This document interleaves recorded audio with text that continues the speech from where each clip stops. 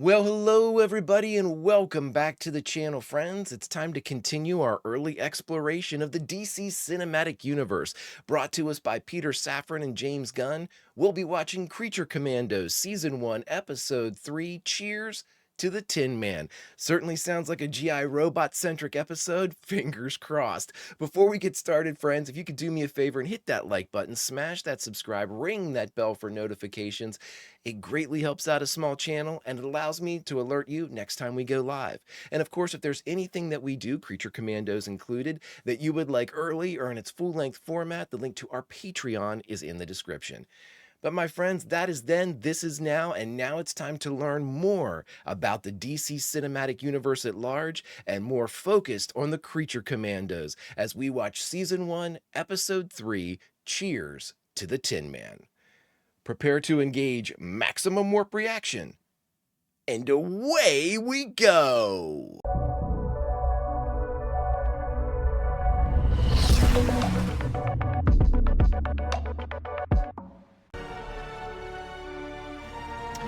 I'm psyched about this. I'm really like pumped for the DC Cinematic Universe. I really think he's gonna, the two of them, Peter and James, are gonna hit this out of the park. We were in a bad way. Open fire, General. Step back, GI Robot, and keep mum. The bride and Nina are inside. They're not moving. They're down. Oh my gosh. What's the 2 for? Was there a GI Robot 1? Tin Man? Most certainly, sir. Good. Is it Sergeant Rock? More than a few times. Just follow our lead. I heard Daniel Craig is supposed to play him. Sergeant, get out of there now! Fall back! Fire firing! GI Robot!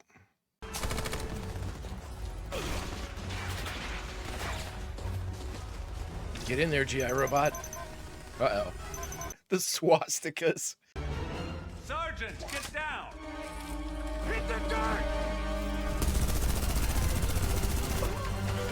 Oh my god. GI Robot living his best life.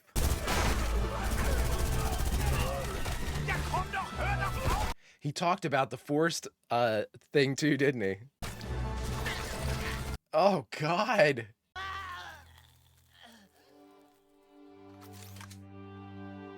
You got him. All quiet, GI Robot.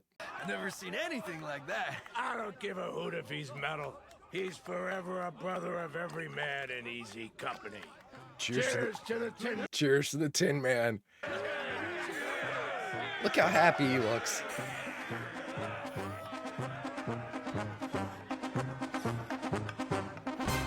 Oh, he's a murder bot, and James Gunn has made me like feel for him. Should say Sean Gunn has done it too. Great performance. So it looks like maybe that's what we're gonna get. We're gonna get breakdowns of each person. We had the bride and basically Eric in the second episode. Pretty much Rick in the first episode, and now it looks like we're getting GI Robot. What the hell? It's a trap of some sort. Yep. Where are they? They're gone! There is no traffic. Off my mouth! Where is friend Nina? They took her upstairs before they left. Oh god, if they did something to her. GI! Friend Nina, my disappointment in having no Nazis to kill when I arrived is lessened by my pleasure that you are alive. Oh, Hello? I Hello. can't stay out of the water. The helmet on my suit was shattered, and I can't breathe without it, but I have a spare back at the castle. Do not worry, friend Nina. he's gonna take the whole tub. My man. Cersei and the Sons, they attacked you. And then they just left you here alive? That's weird, yeah. Everyone, back to the castle now! Oh my god, they're going after the princess, yeah. General, I didn't want to come. I followed her here. That doesn't matter now. Yeah, we gotta go. Uh-oh, The flashback. United States is home to the greatest minds in the world, and that is an absolute certainty. Go! I hope GI Robot doesn't like kill the entire audience or something. He was locked up for a reason. GI Robot is a killing machine who took down over 1,000 enemy troops in the war. Wow. He's going to kill the entire crowd. To see if there are any known Nazis. If so, they will be dispatched of in short order. Oh, boy. He's here. That's what a Nazi would say. Oh, no. Oh, God. There's nobody here to, like, keep him in check. I've always been fascinated by the old film of the subject in combat, but I never realized he seems to have some type of vague self-awareness. Who is this guy?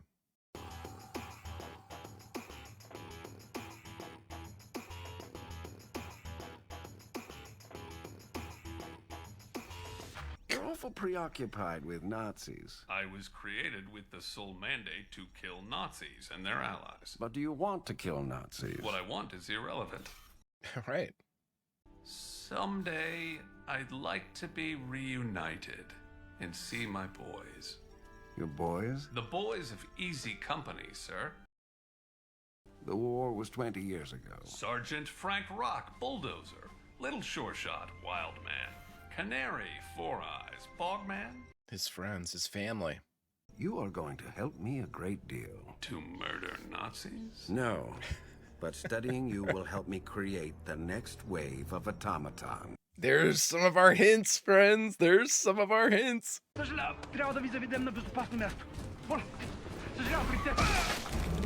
Oh my God. That's her, dude. She's fired.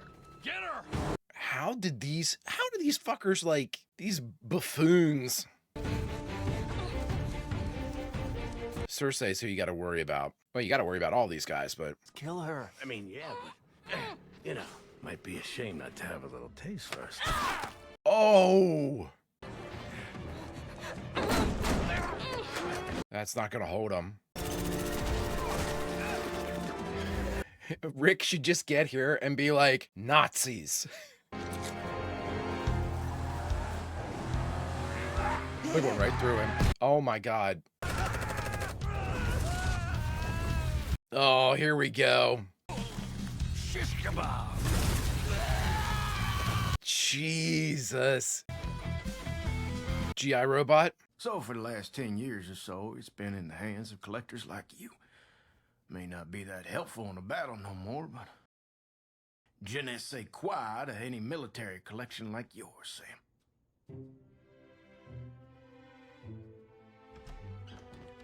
Sam's got himself some cats. Meet our new friend.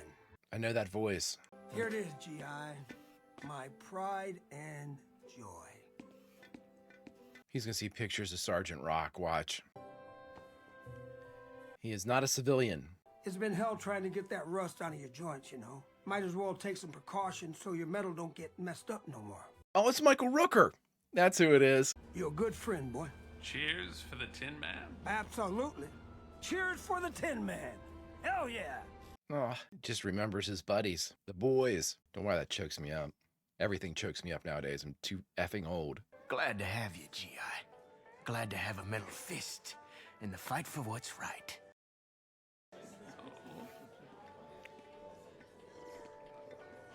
You better hope there are no like a neo-Nazi type of No maybe the swastika. Oh Jesus! Nazis. Oh boy.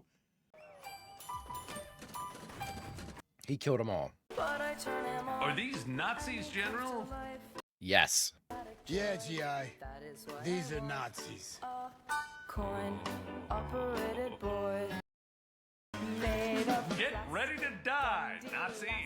GI? Oh my God. So we know now why he was locked up. And weights to choose from. I will not Oh, he's got a couple upgrades. cry at night again. He's got numerous upgrades. Coin-operated boy. All the other real ones that He's so happy. and I'll never let him go. I'll never be. Dear God. Can you extract me from my plastic fantasy? Oh. On the count of second-degree murder, we find the defendant guilty. Oh, he doesn't know, man. I mean, oh wow.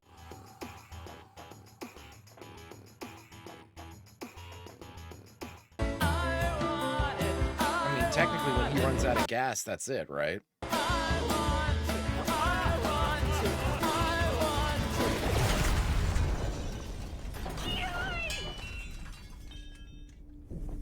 Oh, I knew that. I knew James Gunn does shit like this. You son of a bitch. That is a old ass pistol. Hope you had fun with that.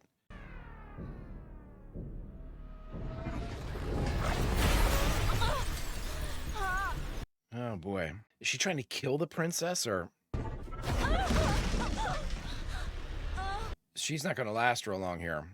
What I want is you dead.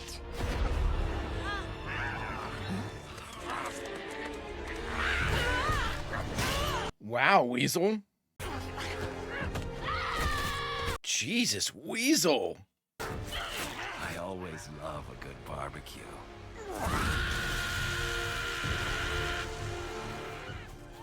You wanted monsters? You got him. Can he self-repair? I don't think so. Friend Nina, we fought Nazis together, you and I. Yes. It is...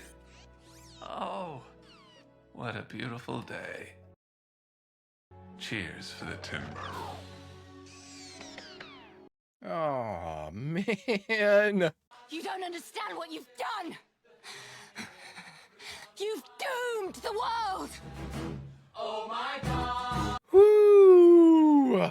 All right, everybody, we just got done watching Creature Commandos, Season 1, Episode 3, Cheers to the Tin Man. And the only thing left to do is talk about it. All right, everybody, just got done watching the 3rd episode of the inaugural season of, maybe the only season, not sure yet, hasn't been announced, of Creature Commandos. Cheers to the Tin Man. Boy, nothing is...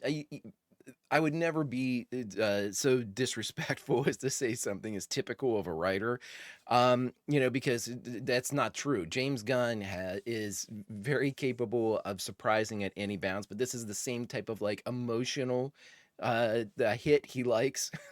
The emotional beats, introduce us in the same origin story episode to G.I. Robot, a creature, an entity that we shouldn't like. That is a weapon of war. The personality that Sean Gunn put into G.I. Robot is very likable. But, just as like an article of discussion, G.I. Robot should be feared more than, applauded, because he's a deadly situation. It was made with a very limited parameter of uses. Kill Nazis and enjoy it, apparently, were the 2 directives that he had.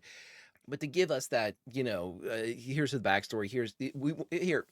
This is the James Gunn thing that he usually does. Fall in love with this character. Are you in love? Good. Let me take this character back. And that's, again, G.I. Robot is somebody that you could do this with if you could, conceivably bring G.I. Robot back. I'm assuming that G.I. Robot has been hurt numerous times. We're not sure exactly like what his memory capacity is. Maybe he comes back and he's G.I. Robot but doesn't remember anything.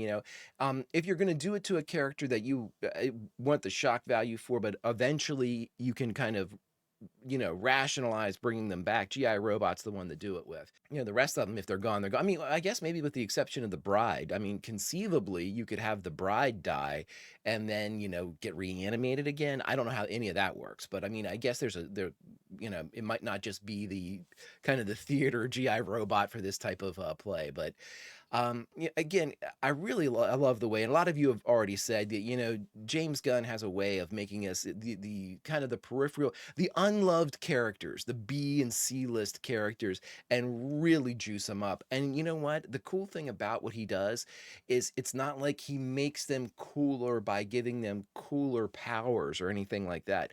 No, he takes the power sets that they've all been given and he displays them in their proper vision for what they should be. I mean, it's the easiest thing to do is to think of Guardians of the Galaxy, but there's also Suicide Squad. And, if you think about all the people in Suicide Squad, the Polka Dot Man that he, absolutely kind of renovated without really changing the powers. Really, really good stuff. And I mean, it's a testament to the writing ability to take characters that we shouldn't like. That we shouldn't, we're told these are all murderers in one way or the other. We're told Weasel, we've never had this explained, but we are told that Weasel, killed 27 kids or something. And we're just like, oh, there's that zany, creepy, gross Weasel. Yeah, but if that's true, I mean, we should be, kill that thing with fire type of stuff. So, who knows? This was the first episode, though, that I think that we received a lot of information that could appear in the future. We had the person that was very distinguishable in, whenever somebody is wearing an outfit that is kind of like color weird, like color off, like not something that somebody would put like orange and green. You're like, I don't think someone would wear that in in nature, right? We see people like that. I always think that that is a color pattern establishment because that's going to be one of the recognizable features that we have in the future where like, oh, wait, is that the guy who smokes the pipe and was working on GI Robot? That's what I'm thinking. That guy, his name was Dr. William Magnus.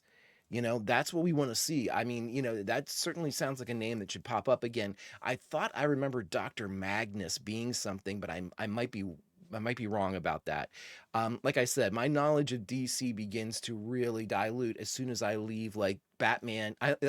Outside the Gotham city limits, I start to get I start to get a lot fuzzy. So it's and especially anything that's happened in the last 20 years, I'm gonna be real bad on because I don't have any context for the more recent DC stories or more recent Marvel stories in the books either because I stopped reading a long time ago. But for a window there, I was in it to win it.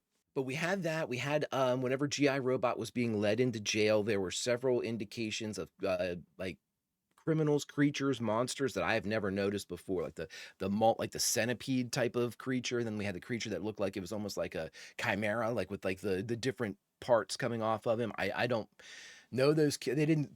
I might know them. I don't know that like version of what they're supposed to look like. So it didn't ring any bells for me. But again, this team, especially with animation, I always think, you're never going to just throw shit like that in animation because animation's difficult and it's time consuming. You're not going to be like, this doesn't mean anything, but put this thing in here. I'm assuming that these are all hints towards the future, things that we could see in the live action and the future projects and properties on Max. I might be getting too wrapped up into the idea that Safran and Gunn were like, yeah, we're gonna, it's gonna be all kind of populated throughout all the properties. Maybe they didn't mean like everything, but I'm certainly gonna take it that way just because it's fun to do. Is this person gonna show back up? Should we note Dr. Magnus? Is this something that's going to, pop up in Superman or Supergirl or Brave and the Bold or something like that? I am very intrigued by now what Circe says, this is the end of the world. You basically brought on the end of the world. What could that possibly mean that the death of the princess would, prevent that from occurring?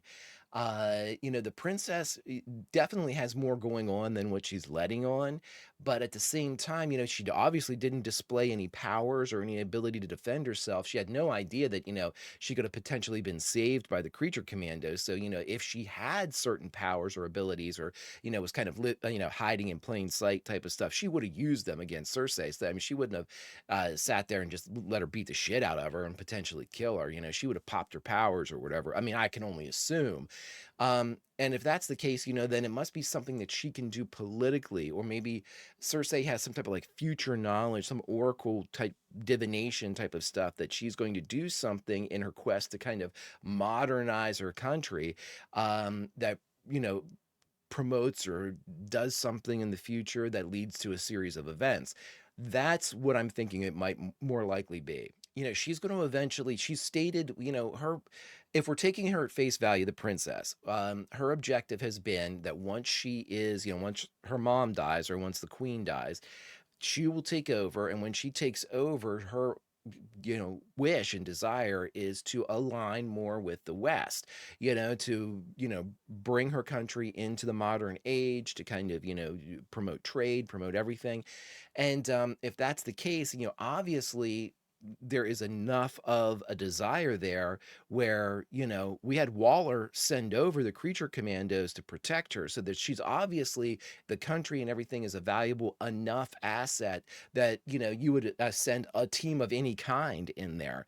And I can only think that, that team in and of itself, with Waller not being able to have like a task force with the Suicide Squad anymore with humans, that, a task force M like this one would be something that would now be one of her major assets, something that she can publicly deploy. And by publicly, I mean, she could probably still deploy a task force X with humans, but she would have to really keep it on the down low. This is something that she could, the government would know that she has and know that she can use, and it's one of her tools of her trade at this point. So to have the Creature Commandos committed to the princess and the country, then it's obviously of enough of a significance to warrant that level of, participation in the plight and, keeping her alive. It's interesting. I'm, again, is this the spark that lights up something that becomes like an all-encompassing, like global type of thing that goes on, that kind of brings in and brings out the superheroes? We're not sure. And again, uh, if that's the case, then why isn't Cersei, if she had that foreknowledge, you think that she could bring in somebody else to help her? You think that she wouldn't actually be acting independently? You think these idiots that she was wish she could do better? She could find another paramilitary group that was like a little bit better than these assholes. But interesting stuff. So we got a lot of questions. We fell in love with and had GI Robot taken away from us. But at the same time, we got to see a little bit of a flex from all of the Creature Commandos as they start to kind of put their powers on display. I think the most surprising to me was Weasel. I didn't expect Weasel to be so barbaric, or so savage, I guess. But again, I guess he's on there for a reason. Ah, friends, if you could do me a favor, hit that like button, smash that subscribe, ring that bell for notifications, and you'll be alerted next time we go live. And of course, if there's anything that we do that you'd like early or in its full-length format, link to the Patreons in the description. All that's then, and this is now, and now it's time to say goodbye. And as is our custom around these parts, whenever we watch an episode, we always say goodbye from some point inside the episode. So I'm going to take us back in time a little bit, friends. I'm going to take us back to the days of the Great World War II, that great and terrible conflict. But in this moment, the conflict is put on the back burner as we simply raise our glass and cheers to the Tin Man, as with the rest of Easy Company, we celebrate the successes of our metal buddy. Until we get such time to see exactly what they have in store for us in Creature Commandos and the DC Cinematic Universe entire, Vulcan roll, and I'll see you.